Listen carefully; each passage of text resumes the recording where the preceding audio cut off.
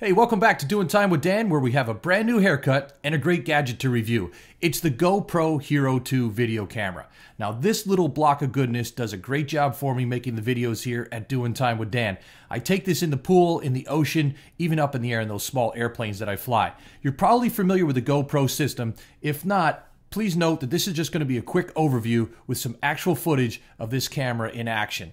I don't want to get into all the details because that's just going to bore you to tears, but we're going to pick up on what I think is some of the most important improvements here.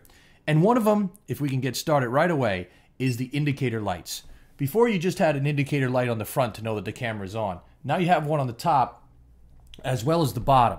So if you're scuba diving or something and you're looking down at your camera, you know that the camera's on. When I'm flying, one of the things I hated to do was to turn this camera around just to make sure the light is on. You got to keep the camera pointing forward at what you're doing. You don't want to be checking all those settings. The other big improvement is the LCD screen. Now you get some real world information. It shows here 1080p at 30 frames per second. You're on the video record setting.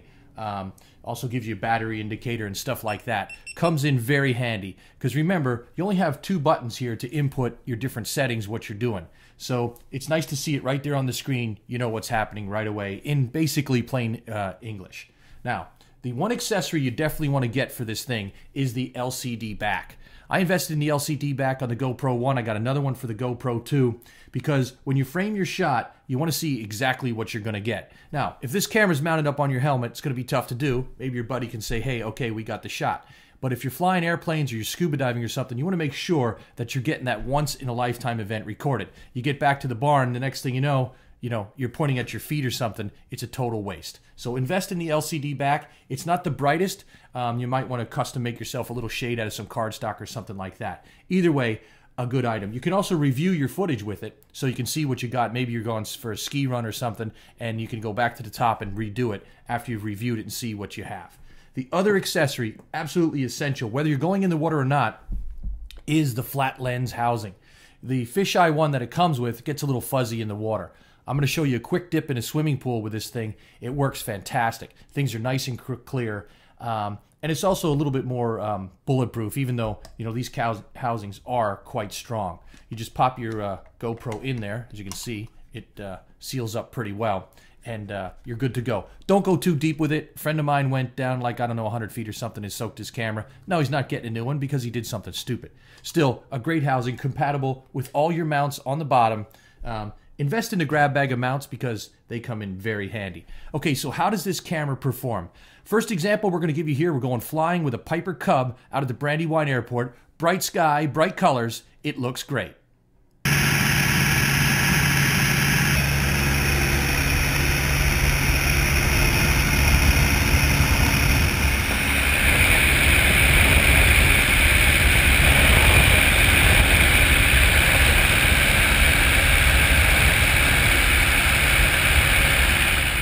Flying those airplanes is a ton of fun, and with the GoPro 2, you can record some of those great memories and great things that you've done. Now, the next thing we're going to do is just a quick dip in a swimming pool. This is down at Marriott's Surf Club in Aruba. Just going to take the camera and go under the water and come right back up. One of the things you want to note with this is how well the water beads off of this flat lens housing. It does a good job. If you're snorkeling, you're in the pool, and you come up and you want to do a pan, maybe your kids are playing out there or something like that, you know you're going to get a nice clear shot. All right, here we go for a quick dip in the pool.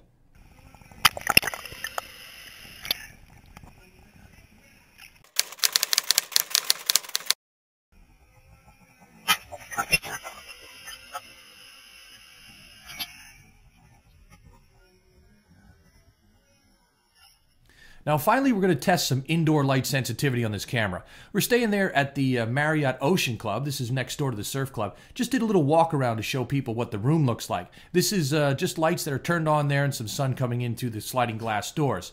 Again, the performance isn't stellar, but for this price point, I think it does a pretty good job. Take a look.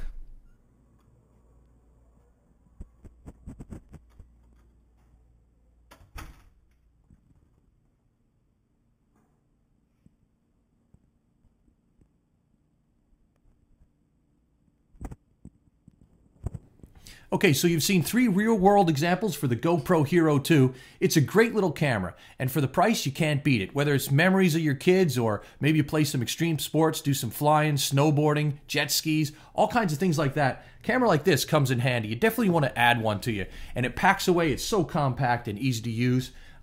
You can just pop out the chips and plug them into your computer, download your files, you're ready to go. You do have the usual USB ports. You have a speaker out, microphone in, and you also have a new HDMI port. So that may come in handy depending on what kind of functionality you're using. Either way, the GoPro Hero 2 is 5 out of 5, 10 out of 10 here on the Doing Time at Dan scale.